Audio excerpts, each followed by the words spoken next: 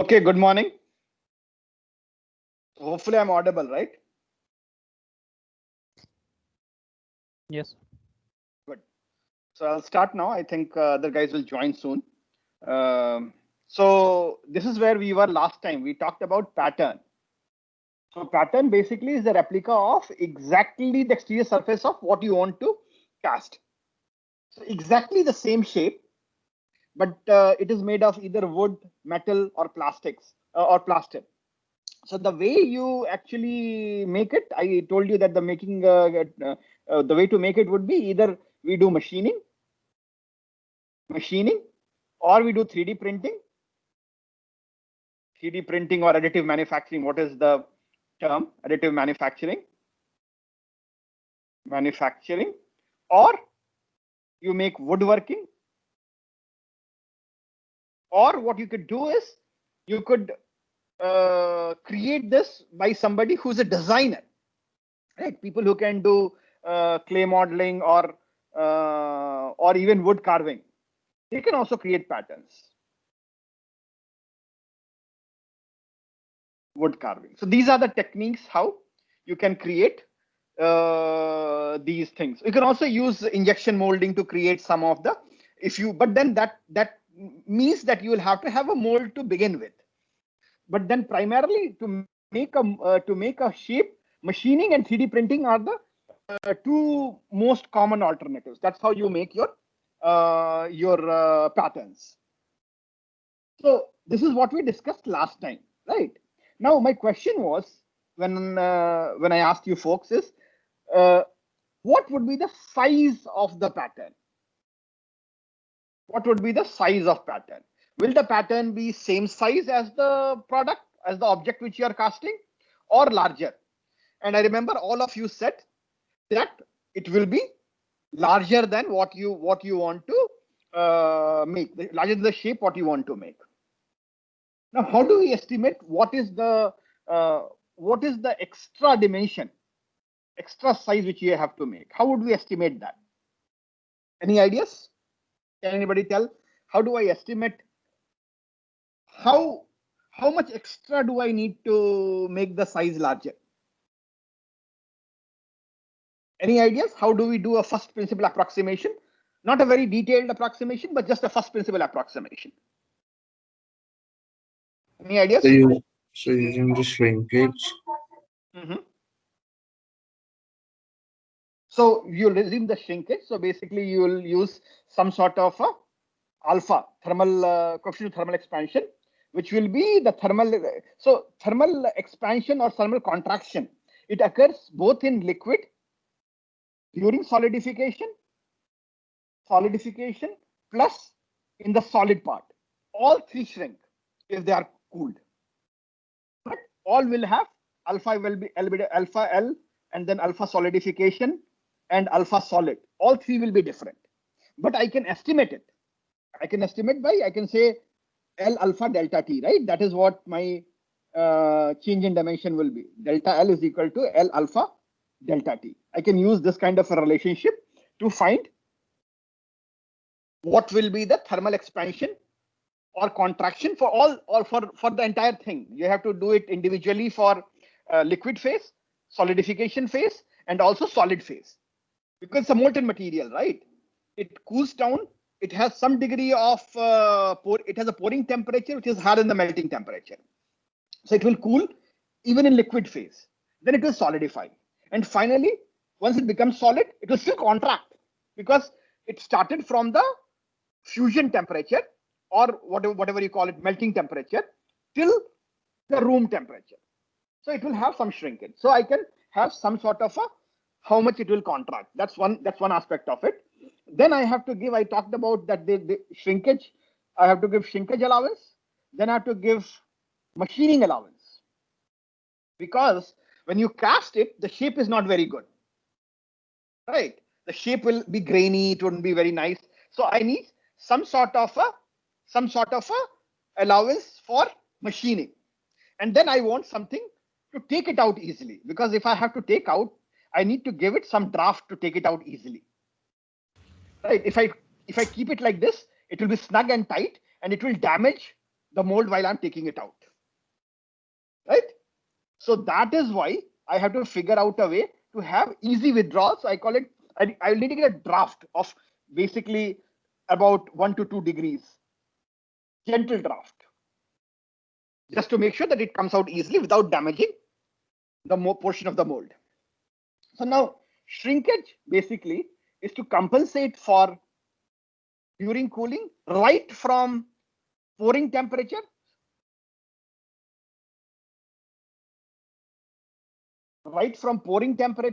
pouring to room. In between, there will be liquid phase, there will be solidification phase, and then there will be solid phase. Right, all three will have different coefficient of thermal expansions, and I can basically find out this will be L alpha delta T would be the shrinkage allowance. Typically, people have done a lot of experiments and found out that these are the numbers which you have to use. If you're casting cast iron, it's roughly 1/96 inches per feet. These are numbers which actually Americans still use British units, unfortunately. Rest of the world doesn't do it, but you can do your conversion and find it out. And aluminum allowance is about 3/192 inch per feet. So these are rule of thumbs. Typically in manufacturing environment, you will see a lot of this data has been found out by different experiments, and then they use this information in the shop floor. Everybody will not go and calculate alpha delta T, right? So they will use these relationships which people have worked out based on this. Based on these, people have worked out these numbers. So there is a sound scientific principle. Okay, somebody is asking how voids are rectified while casting. I'll talk about it. So this is a good question, but first, my first question is, how many people know what void is? How many people know what void means? So the empty spaces that gets created in the material. Void is empty spaces in the casting, right? So some empty spaces. So basically, some porosity will come into the casting. Why would porosity be there? Can somebody tell me that?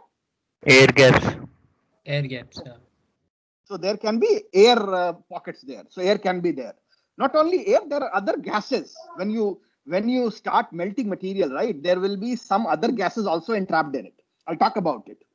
And there is, the higher the temperature, the more the solubility of those gases inside the, because what will happen is when you heat it, right, there are some trace elements. There will be H2S gas, there will be hydrogen gas. So there will be all of other gases also, which will be other than the air. I will tell when air would come. Air would come if you are pouring very fast and there is turbulence while you are pouring, the air will be sucked in. So you have to pour it very gently. So both these voids can come from two sources. One is the dissolved gases. Right? The gases are dissolved there. The gases which are inside the molten material, which are there, they have to get out, right? If they don't get out, then there would be porosity or voids. And the second source of porosity is air aspiration. Air aspiration, which basically means that the ambient air will be sucked in. Air aspiration. This ambient air will be sucked in primarily from the atmosphere if there is a turbulent condition. When you are pouring it very fast, then what will happen? There will be some air pockets created, and these air pockets will suck the air in. I'll tell you under what conditions this may happen. Today we'll do some analysis and I'll show you that. Hello. But yeah, go ahead. Yes, sir. In the example you mentioned cast iron allowance is 1/96 inch per feet. So it's inch per feet. So we need to multiply by some parameter to get the exact cast iron allowance. So is it dependent on the effective diameter or the length? No, it will be the function of dimension.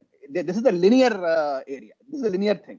So if one dimension is 1 feet, you have to give 1 feet plus 1/96 inches. This is the linear dimension. So depending upon your length, breadth, and height, all three will have these dimensions. Okay. These are just linear dimensions. Okay, sir. Okay. So this is where we'll talk more about it. I think you jumped the gun about voids, but we'll talk about it. So source of voids are two.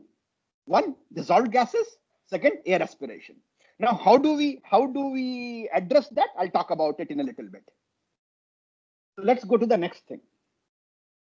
So basically, I said machining also we have to do, right? Because as cast part is not very good, and the tolerance issue will be there, right? It will not be perfect, right? As cast, there will be some surface defects, there will be some form errors. So I have to do finish machining of it. I have to make it look pretty and functional. It's not only aesthetics, but also functionality. But functionality. If it is very rough, right, functional damage can be there. Can somebody tell me if it is a rough surface, what can be the problems? What is the functional problem that can be there? So due to the friction. Yeah, so if there is a contacting surface, there will be very high friction. Even if it is not contacting surfaces, So- if I have very high, yeah, go ahead. So probably due to the roughness, the rate of corrosion may increase. Yes, it actually affects corrosion. It also affects fatigue. So if you do repeated loading, right? Fatigue basically means that if I keep on give cyclic loading, say if I have something, if I have a shaft that keeps on rotating under a bending load, right? What will and most of the applications, wheel axle, they keep under cyclic. There is cyclic loading. So if I have higher roughnesses, right, there can be cracks on the surfaces which can propagate. So you need very nicely smooth finished surfaces. The smooth finished surfaces will have a longer life than typically rough surfaces. So surface affects corrosion. It also affects contact conditions, and it also affects fatigue. So roughness is not only for making it look pretty. There is a functional requirement as well. Both aesthetics and functionality is required for machining. So you have to do machining to A, meet the part dimensions, and B, have better look, and C, have the functional requirements which you need. So machining is required. And machining tolerances typically you give, if the dimension is 0 to 30 centimeter, you give 2.5 millimeter of machining tolerance so that I can machine it fully. I can do freeform milling if it's a freeform shape, or do some finish machining, and maybe in some cases polishing also.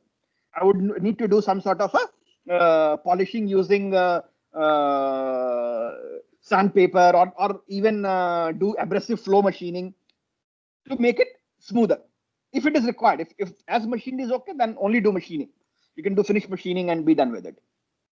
Aluminium you do much less, 1.5 millimeter. Cast iron you do more because cast iron surfaces has ripples on top of it. So it needs to be machined more. And then you also have draft tolerance. So this draft tolerance which you give is primarily just for extraction of the pattern. So you have to take the pattern out and you give a taper just to have easy withdrawal. Typically, it is between 0.5 degrees to 2 degrees. Right. So these are the things which you have in pattern making. So, Yeah, go ahead. so due to this draft allowance, the Mhm. shape will also change slightly by just 0.5 2 degrees. So are these machined later on, or these are kept as it is? Yes. No. You don't keep it as it is. You want because your object has to meet the requirement, right? If I have to make a ball, right? And if I make it additional taper to take that thing out, if ball is easier to take out relatively, but let's say I need a straight cuboid, and I gave it a draft tolerance. I have to machine it. Yes. Okay, sir. So my machining tolerance actually takes into account that also. The draft tolerance which is there. So when I give the machining tolerance, I give it A for making the surface look nicer, and B, getting the form right. Whatever is the geometry, getting the geometry right as well. Okay, thank you, sir. Okay. So then mold making, I have discussed it in details. I'll just skip it very fast. And then we talk about how sand is there. So sand basically, it has sand, and somebody asked, sand is nothing but SiO2. This is a refractory material. How many people know what refractory material means? What does refractory material mean? Anybody who knows what is refractory? I'm sure a lot of Can people do be- not know what. Huh? Yeah, Can go ahead. be heated to large temperatures. Yes, it can sustain No. very high temperatures. So typically in steel plants, there will be refractory brick lining in the furnace because you need to, the temperatures are in excess of 2000 degrees centigrade. So sand inherently is a very high temperature material. It can handle very high temperatures. Refractory basically means materials which can handle very high temperatures. Now you use clay with it. Any ideas why I use clay with the sand?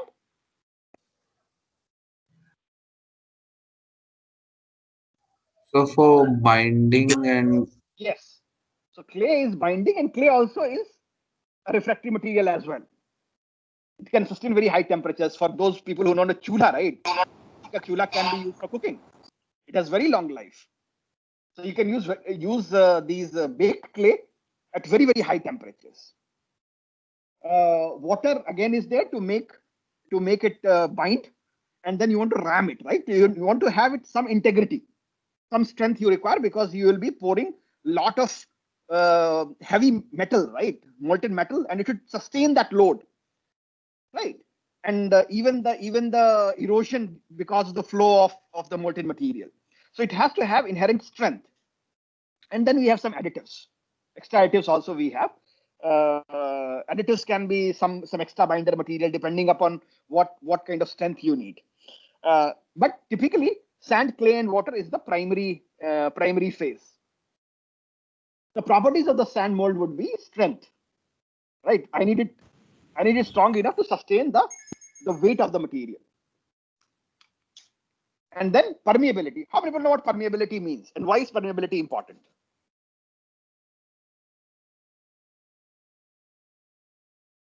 What does permeability mean?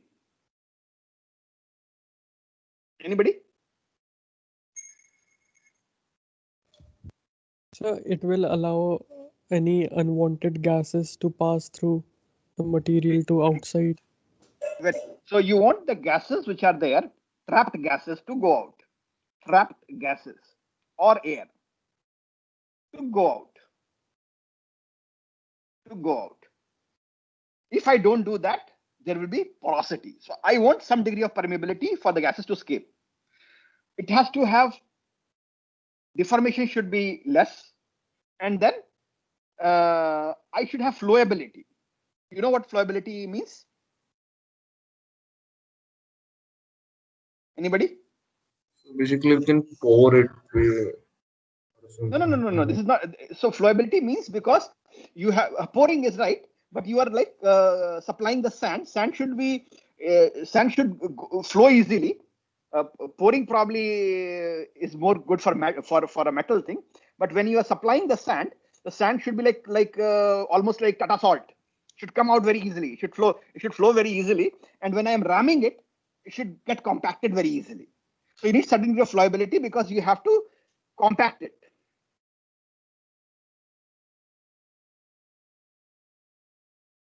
How permeability relates to allowance of gases? What do you mean? Praveen, can you talk about it? What is this question? I didn't get it. What permeability relates to allowance of gases? What is your question? Permeability basically means that there is some porosity in the sand which will allow the gases to flow out. That's what permeability defines. Permeability defines how porous is the sand so that it allows the movement of gas. If you compact it very high, you don't leave any permeability. Means your casting quality will go down because the gases will be trapped in the casting. So permeability by definition means allowing the gas to go out. So there is some porosity in the sand which allows movement of the gases. Okay. So basically then flowability is there because I have to pack the sand. So I have to ram it and the material should flow peacefully so that you get basically a sand mold with requisite strength, and it basically conforms to the shape of the pattern. So it has to flow around the pattern nicely.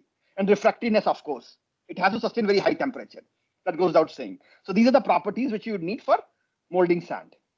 Now, if I am heating the material. So any ideas what kind of heat I need to supply to the material? If I have to estimate what kind of heat I need to give to my material. Can somebody tell me what how much heat I can estimate if it is needed for the metal? If I'm heating the metal, it's only for pure metal. I'm actually, because these alloys will have multiple phases and they will have different C's, different Cl, but I can use some sort of a composite value for them. So the first thing will be, if you want to understand, MC, we need to heat it to the melting temperature. MC delta T, which delta T would be T room temperature, TO, Tm minus TO. So I need to first heat the material till the solid till the melting temperature. Then I need latent heat of fusion, right? Because I've changed the phase. Then I have to do some degree of heating to the pouring temperature. So MCP or MCl, liquid, because liquid will have a different specific heat. MCl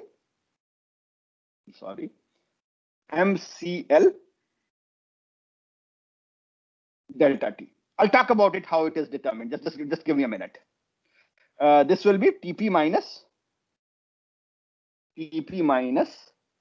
TM. Right.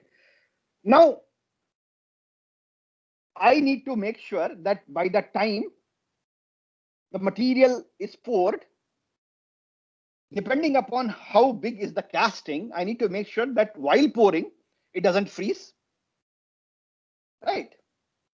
So I need to make sure that the material is in liquid phase till it fills the mold cavity fully. That's one aspect of it. The problem is, if I do extra superheating, something wrong can happen. What is it that can go wrong if I heat it very high? What are the disadvantages of heating very high? Can somebody tell me? If I heat it at very high temperature, what are the disadvantages? It may react with oxygen and form other. Okay, oxidation increases, of course, at high temperatures. But the first thing is, it's actually waste of energy. Why should I heat anything more than required? It's actually costing me energy to melt the material and heat the material, right? The first aspect is, I don't want to overheat anything than required. That's my first aspect. Extra heating is waste, right? That's the first concern. Avoid any extra heating. The second problem is that if you heat, as you said, oxidation, it also increases the solubility of the gas. So if you don't remember this formula, this solubility is a function of E raised to minus ES by KT. So if my temperature is high, what does it mean? The solubility would be high or low? High. Right. So solubility will be very high if I have higher temperatures. So I don't want high solubility, meaning my quality of my casting will go down. So both ways, heating to a higher temperature is undesirable, A, because you're wasting energy, and B, because you'll have enhanced porosity because of high solubility of gases, especially hydrogen and nitrogen in the molten metal. Is a big issue. So typically, if you see in iron, hydrogen is about 250 cc per kg, and this has to be minimized. So I don't want to overheat it. Okay, and aluminum is a bit better. It has around 7 cc per kg. Right.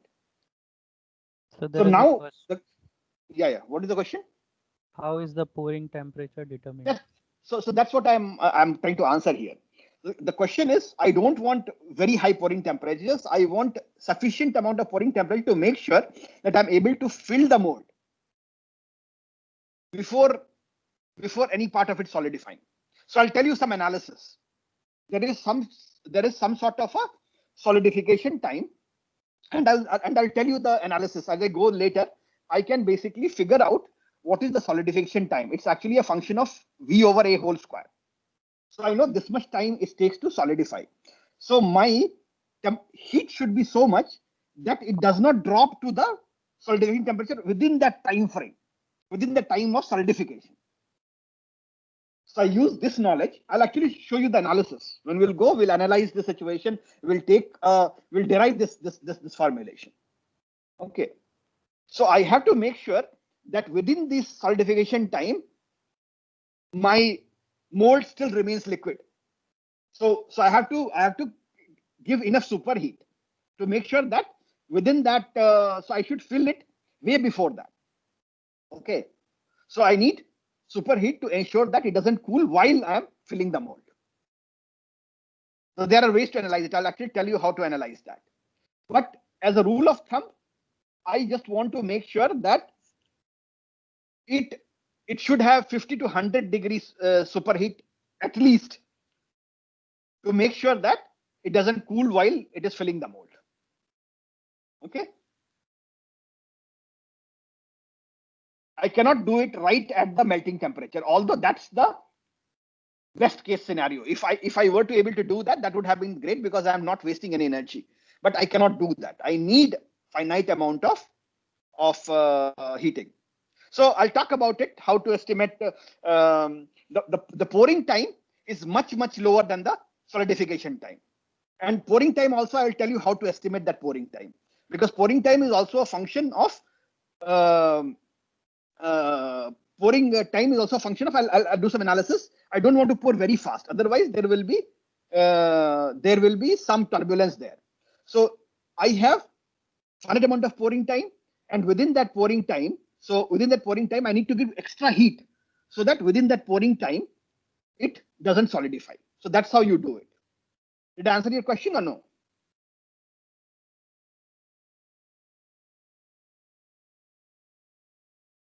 Okay. So if you have any follow-up questions, feel free to ask me.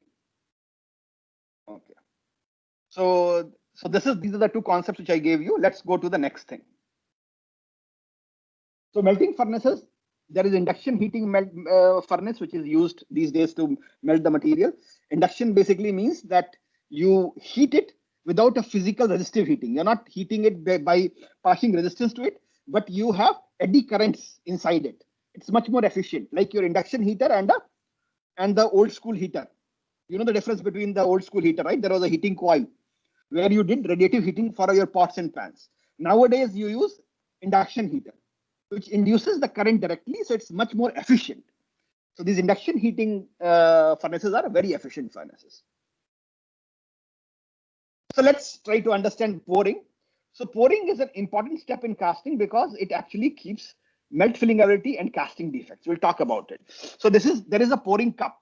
So you'll pour the material in the pouring cup, and then there is something called sprue. Sprue is some sort of a tapering cylindrical. I'll tell you the exact geometry of it.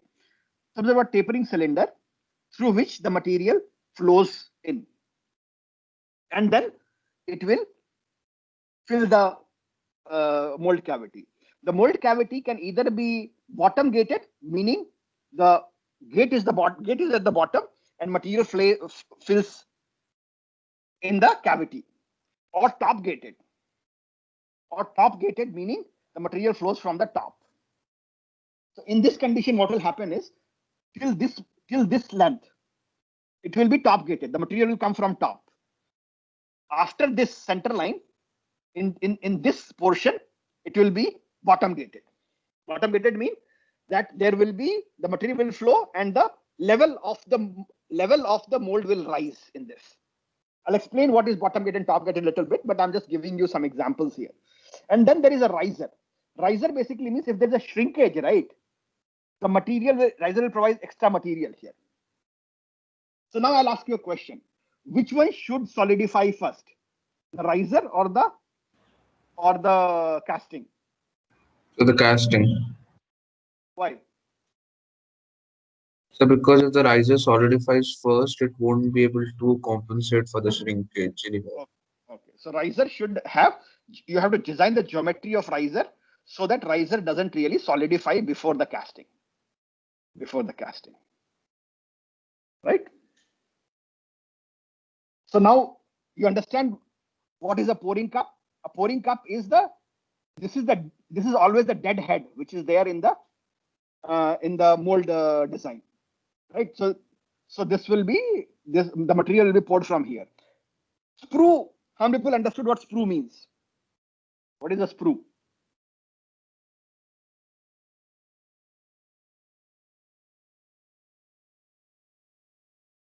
Anybody?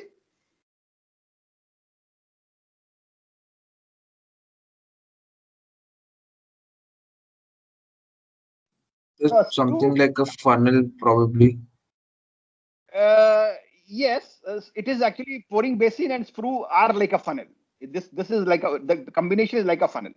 So basically, this is a pouring basin. Top of the funnel is a very good analogy. Actually, I'm very happy you did that.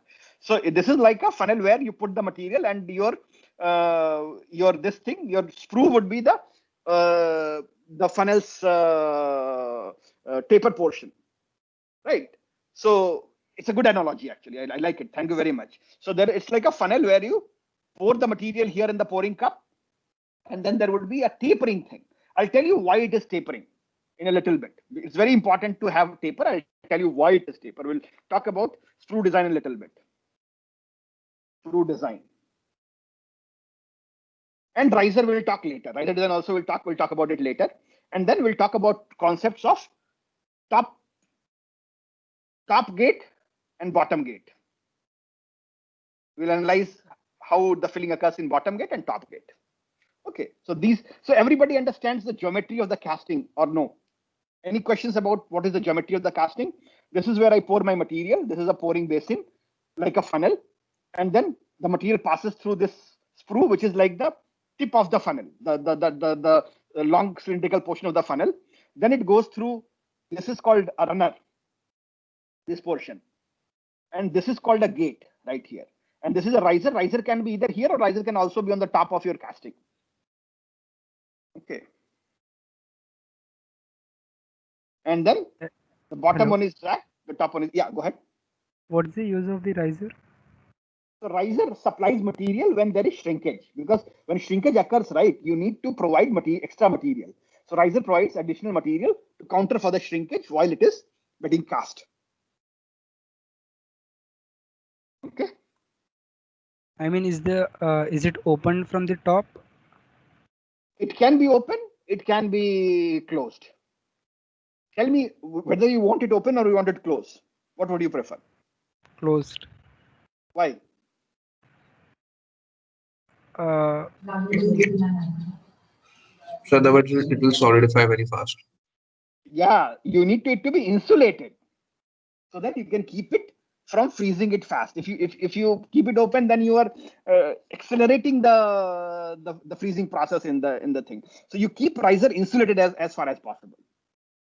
Okay. So when you pour the material, right, the material will fill the cavity right here, and then it will fill the riser to some height, complete height. And when it starts to come out from riser, you stop it. And this riser volume will compensate whenever the shrinkage occurs. So even after casting, you will still have some loss, some riser amount will remain, but that's okay. Right? You don't want a partially filled cavity. You may waste some material in the riser. That's okay. So, Okay. can a riser be used to provide a solidification gradient also, temperature gradient?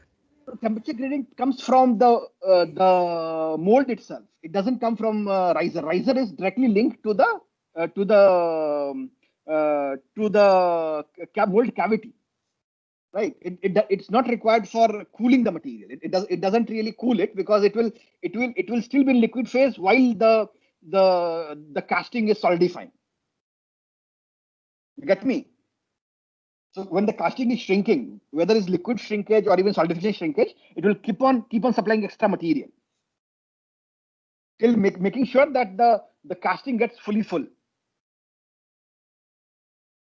So riser, what it does is say if there is so riser, you typically put it at highest point typically. So that say if there is some shrinkage, the riser will supply the material to make sure that the material always is there. Whatever shrinkage happen, material gets covered with that. So also, so in this example, the geometry, like it's fairly simple. Suppose the geometry is very complex. So you have to design the geometry wherever you feel shrinkage will be maximum. So that's where you define riser. You have multiple risers also in some cases. that is what I was asking. Can we have multiple risers? Where the shrinkage will occur maximum and try to supply it there. So you would have multiple risers in that case. So it's an entire field of riser design. You design riser. A lot of people do it by experience, but there are simulation tools also with which you can analyze and put the risers at the right location. Okay. So there are geometry-based rules and there are also physics-based rules. Both ways you can analyze and put the risers wherever needed. Okay, we'll talk a little bit about riser design when we get there. Right now, let's do something else. Let's do this analysis. So there is some key aspect while pouring. If I pour too slow, right, the metal freezes before the mold is filled. This I do not need, right? This is undesirable, right? I cannot pour it too slow. So to counter that, I may have to put extra heating, which is also not the right way to do it, right? I have to heat it extra, and that can create two problems: A, wastage of energy; B, inclusion of gases in the mold. So that's doing too slow is not a very wise step, right? Yes, riser is in all types of casting, and if I do too fast, then there will be inclusion of slag because how many people know what slag is? How many people know what slag is? If somebody knows, can they unmute themselves and tell what a slag is? So slag is probably the impurities and other kind of oxidation material that accumulates on the top of the material when you melt it. Yes. So when you melt it, the frothy material which will be there on the top will be slag, which is actually impurity. So if I do it very fast, I'll get some of the slag inside my casting, which will affect the quality negatively. And then if I do very fast, what will happen is there will be turbulence. And if I have turbulences, what happens is there would be aspiration. Air will be sucked in because of turbulence. Yes, we'll get there. Don't jump the guns. We'll talk about geometry of sprue in a little bit. We'll explain how it works. Don't jump the gun yet. Okay. So basically, then I don't want too slow. I don't want too fast. Now, how do I decide what is the right amount? Right. How many people know? I think you would have done fluid mechanics. You haven't taken yet, right? Have you done that fluid mechanics yet? Yes, so last semester we had the fluid mechanics. So you have heard of Reynolds number, right? Yes, sir. Yes, sir. So what does Reynolds number mean? What does it signify?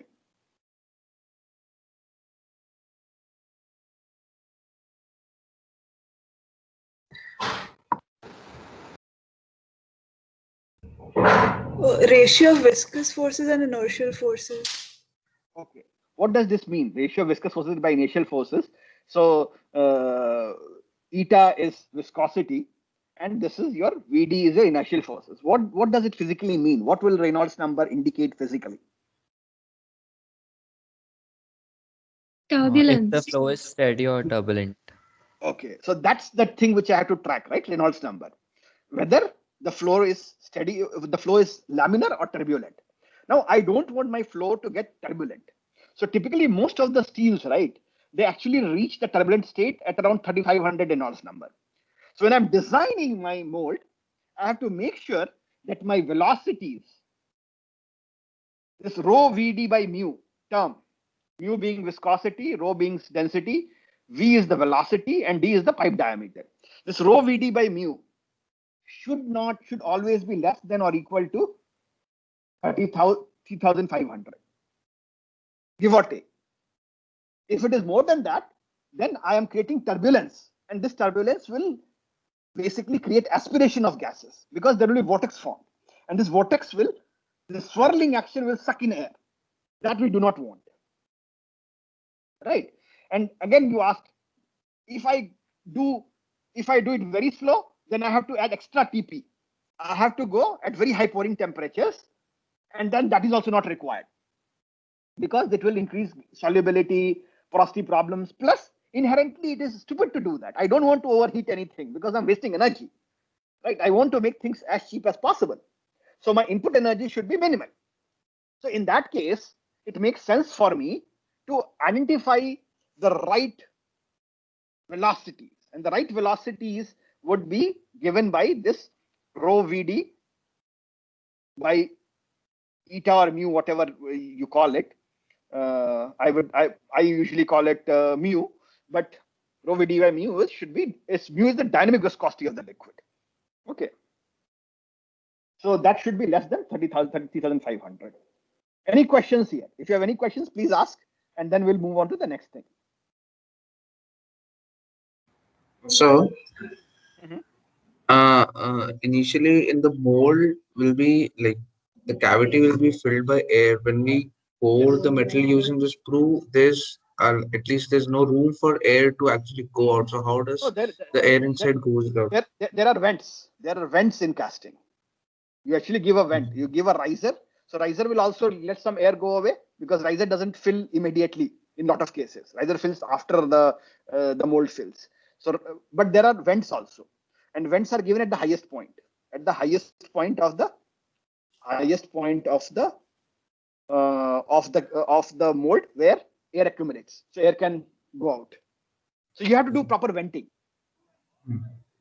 Okay, that's a very good point.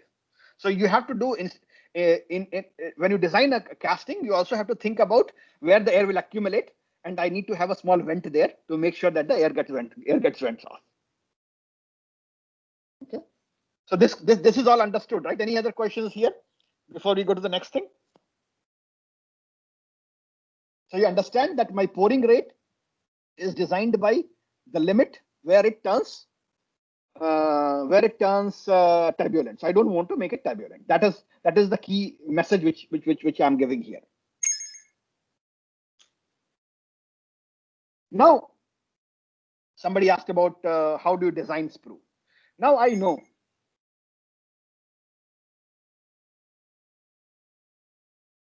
Let me just say something like this. Yeah, I have a mold right here. I'm making a bottom gated mold just for the sake of it. Let me just first explain it here. I have a simple mold to analyze it. This is my pouring basin. If you want to do the funnel analogy, this is the height of HA is the height of basin. Basin means the flaring part or the liquid holding part of the pouring system. So that would be the funnel's main area which holds fluid. That would be called height of basin. This is the basin height or height of basin. I will talk pouring basin. This is called pouring basin. Now this is the HA. HB is sprue height. Sprue height. Right. Now, if I have to do this analysis, I know when fluid flows, right? If you remember, I can use Bernoulli's theorem there, right? I'm assuming this is incompressible fluid. First assumption. Second, I'm ignoring the frictional losses, and I'm assuming the mold is perfectly aspirated, which basically means that the entire mold is at atmospheric pressure. It is called aspirated mold, where the entire thing is, because of permeability, it is at atmospheric pressure. So these are the three main assumptions, which I am using to analyze this. And then I can use, this is the MKS kind of a thing, but we will use what you are used to, right? P plus rho G H plus half rho V square is equal to constant. This is what you use all the time, right? So I'll use that equation only. This is friction, and I'm using friction loss is 0. I'm assuming that for the simple analysis. So I can use this kind of energy balance and Bernoulli's equation to find out how the flow will occur, right? But this is a function of these three basic assumptions. A, it is incompressible, so rho doesn't change. There is no frictional losses, and the entire mold is well aspirated. Then what I want you to give you some geometry idea. So there is HA, which is the height of pouring basin. HB is the height of sprue. This is the gate location. This is location of gate. The velocity here is V gate. The area here is A gate, right? The here area is A2. Here the area is A3. At the bottom, this is 3. Okay, just to assume, and we are assuming that the diameter doesn't change from this diameter and this diameter are the same. That's what we are assuming for the time being, that A3 and AG are same. But they can change. We can do the analysis for different dimensions also. And this is called runner. This is the runner. Do you understand this geometry very well? F is friction. F is friction. Frictional loss. Okay. So everybody is clear with this. Any doubts here in the so there are two kinds of molds. One would be this kind of a mold where my cavity material is full. This is top gated. So I'm supplying material from the top.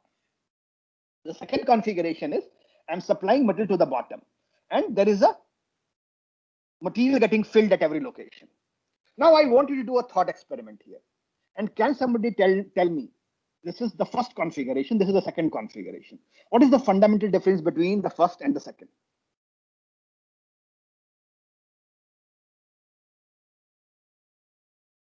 So there are two configurations. One is top gated mold, other is bottom gated mold. So when I'm doing top gated mold, I'm supplying material here and the mold is getting filled.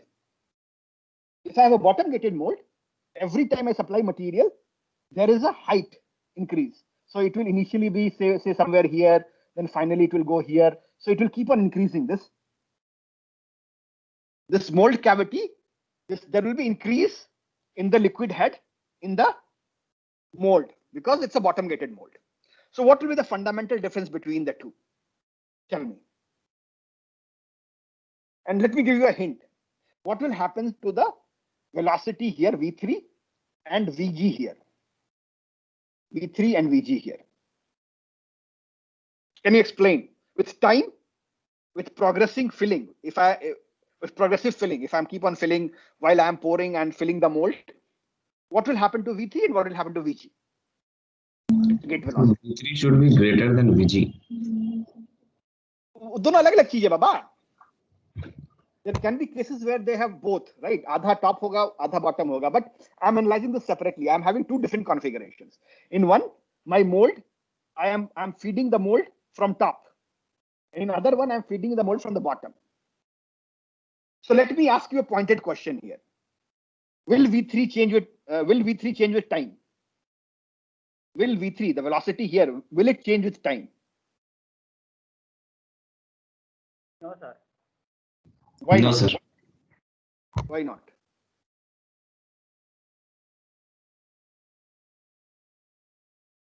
Because there is a continuity in the flow of mass in first figure, right? Because your velocity or whatever velocity head is, if I write the Bernoulli equation for you, velocity head remains constant, right? Here, if you write between 1 and 3, if you write the Bernoulli equation, your V3 doesn't change, right? But if I have this condition, every time my height changes, the effective head here is root 2g ht. It is not changing. But the effective head here, every time, it's root 2g ht minus h. Every time h changes, the effective head changes as the mold fills, the velocity will change. Velocity will get slower and slower. When it is empty, it will fill fast. The moment there is a fluid buildup in this mold, H, my effective head decreases, right? Let me make it less cluttered so it will be clear for you. It's a concept which I want you to understand. And then we will do some analysis based on this. So this is the second condition, bottom gated. So in bottom gated, let's say the fluid is filled up to here. So H is varying. Initially H is say here, right? This is H here, right? And this is, so when I start to fill, both will be root 2 GHT. Root 2 GHT, right? It's empty. I'm right here. I'm filling it. Now let's say I'm at H1. I'm at H1 here. Or I put H dash and I put here H double dash. Two locations. So initially when at this location, 2 GHT. At this location, at this location, dash location, it will be root 2 GHT minus H dash. At the double dash location, it will be root 2 G HT minus H double dash. So every time my gate velocity changes because the effective head keeps on changing as I keep on filling it. Right? Here it is this at this location. At A, it is this. At B, it is this. At C, let me call it C. At C, it is this. So velocity is changing as I keep on filling the bottom gate. But in the top gated, the velocity remains constant because my velocity will always be to 2 GHT. I'll show you how this comes. I'll just write the Reynolds equation at both locations and find out what will be the velocity here. Do you understand the difference between the top gate and bottom gate? Who doesn't understand it yet?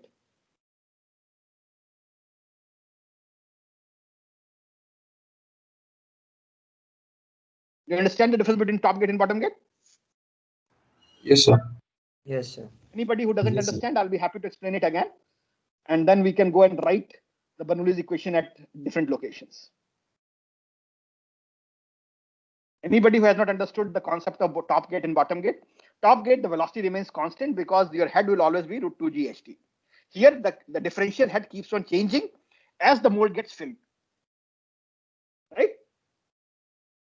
But sir, why we want this kind of scenario? Because you have to fill, you cannot fill it, you cannot always fill it from top, na?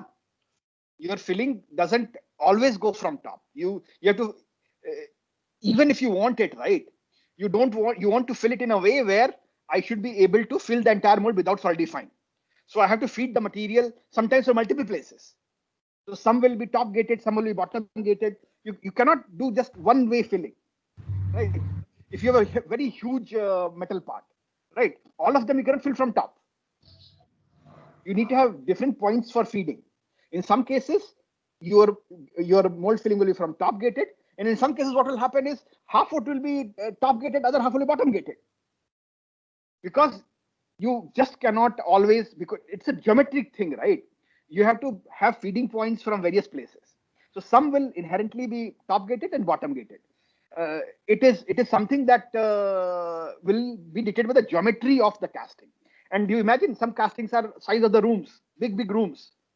You cannot just do top gated. Yes, you can have top gated because you can estimate it much easily. That is true. But in some cases, inherently there will be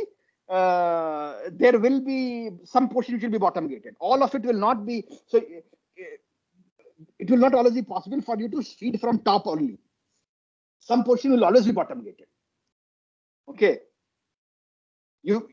No way, because I just cannot take the highest point and always supply material from the highest point. I cannot do that, right? Say there are 4 different locations where you are pouring material from, or in some cases, ideally you would want to pour. If it's a small casting, yes, you're right. You can always have a top gated thing, but it's a big casting. In that case, it's always not feasible to use the highest point as the pouring point, as the gate point. Okay, so inherently in any casting, there will be some portion, especially in complex casting, some portion will be there which will go as bottom gated. But yes, you would like to prefer as much as you can by top gating configuration. Okay. So let's do the energy balance here. So I have 4 points here, right?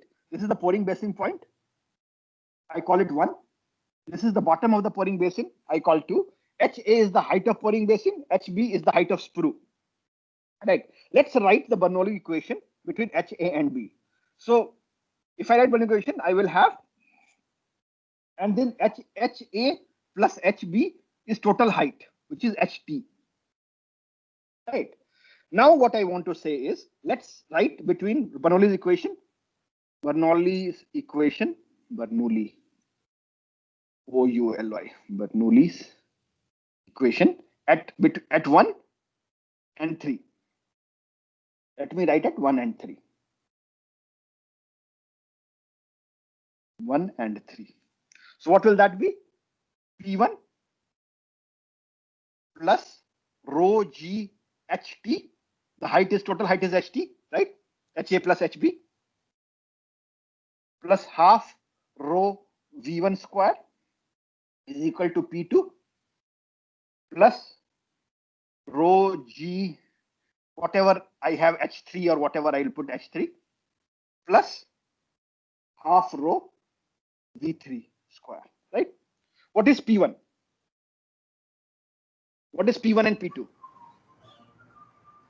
P1 Exactly. is equal to P2 is equal to PA, right? So I can basically say P1 is equal to P2, so it goes away. What is H3? My base height is this, my reference is this. So H is equal to 0 is right here. So H3 is what? 0, right? So this goes away, right?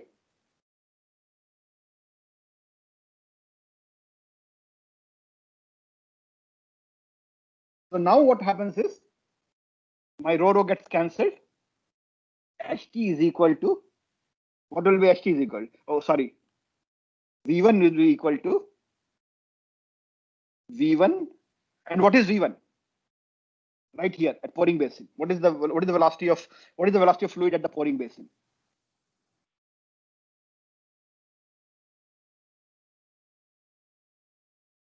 Anybody?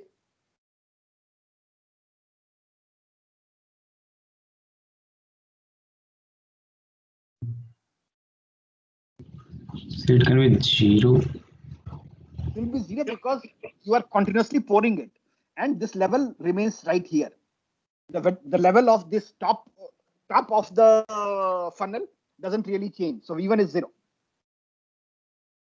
It keeps at that place. While you are pouring, the material is flowing, but this level doesn't change because you're continuously pouring material there. So this front top V1 is equal to 0. Okay. Let me just say this is 0. Yeah.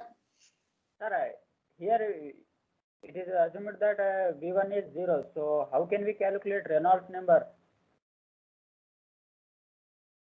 जहां पे velocity होगा वहां तक calculate कर सकते हो ना.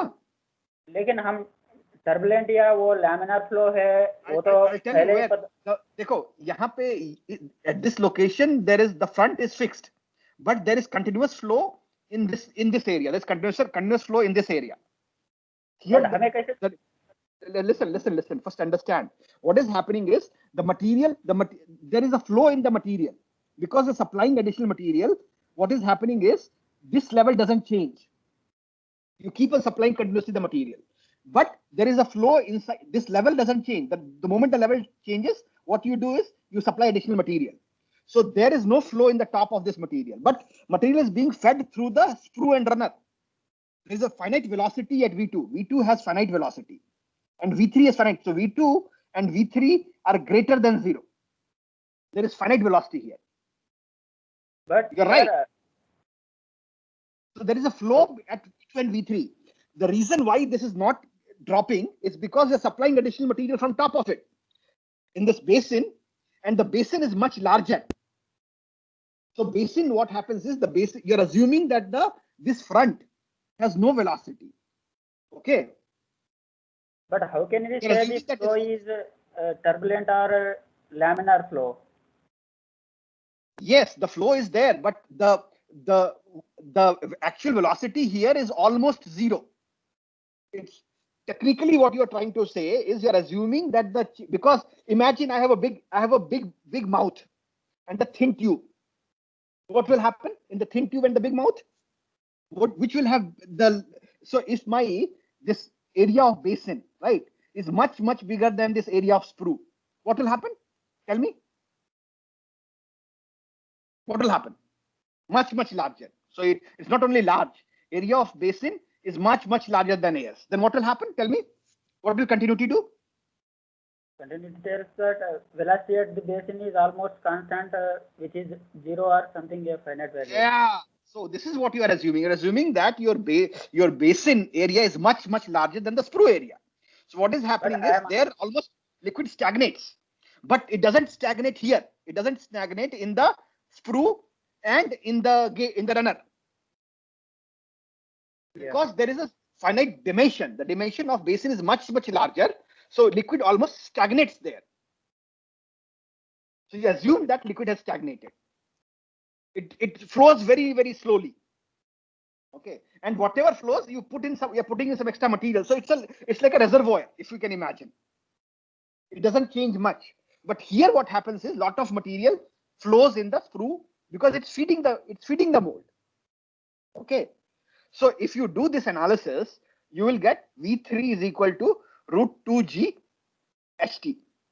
That is the velocity head. Root 2g ht. Right? Now, what is the velocity at 2? What is V2? Can you tell me what is V2? Root 2g ha. If I write the same equations, I can find it out. Right? I can do the same thing and put P actually P3 as I'm saying P2 here. This is P3 here. So now if I do it at 2, I will get P2 rho g h2 and V3. So in that case, I will get ht minus h2, which is ha. Everybody agrees to this? Yes or no to these two things? Any doubts about it? Or for clarity, I can just write it also. If you want me to write it, I'll just write it between 1 and 2.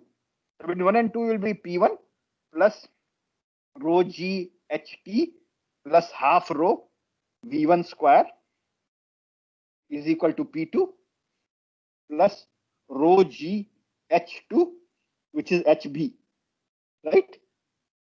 Plus half rho V2 square. P2 and P1 are well aspirated, so they are all atmospheric pressure, cancels. V1 is 0, this cancels, this is 0, this is 0, this is 0, and these two are equal, so they get cancelled away. So now what I will do is I will get rho g ht is equal to rho g ha or hb. Let me just check. hb, rho g hb plus half rho V2 square. Half rho V2 square, right? So this will what I will get is root 2 g ht minus hb is equal to V2. V2 will be equal to root 2 g ha, and V3 is equal to root 2 g ht. Right. Now let me understand here. This is my sprue. This is my sprue. This is the second location number 2. This is location number 3. Now, I also know because of continuity, what will be true? I'm using it assuming it to be incompressible, right? What will happen? The volume flow rate will be same. Exactly. The volume flow rate will be same, right? So, sorry, my mistake. I'll go back. So basically A2, this is the area A2, this is the area A3, right? So A2 times V2 should be equal to A3 times V3. So basically A2, V2 is what? Root 2 G HA is equal to A3 times root 2 G HT. Right? Agreed? Now, can somebody tell me what will be the geometry of this? So A2 by A3 is equal to root over HT by HA. What should be the geometry of this? Can somebody tell me now with this relationship? Parabolic. Oh, very good. So it will be a parabolic. It would be a parabolic. This is a parabolic sprue. Ideally, if you design a sprue, you should design parabolic. If not, you can just do a linear converging gap for ease of design. Sometimes manufacturing a parabolic is not easy. If you can do that, if you cannot, just do, this is the next best thing. You can just do this. You can do a tapered section or a converging gap gradually. Now, what happens if I make something like this? If I make it straight? What do you think will happen? I make a straight sprue. Like this. If I make a straight sprue like this, what will happen?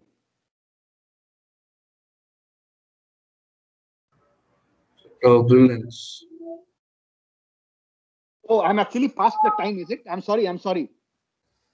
I'll start it next class. You should have told me. I'm very sorry. I'm very sorry about that. So next time, whenever time I'm overstepping the time, please stop me. Sorry about that. We'll discuss this in the next class. Okay. Sorry about it. I'll just stop the thing, and then you should remind me that the class gets over. I just lost track of time. Sorry about it. So every time if I'm going over time, please somebody stop me and then tell me that I'm going over time. I'm sorry for this. Okay.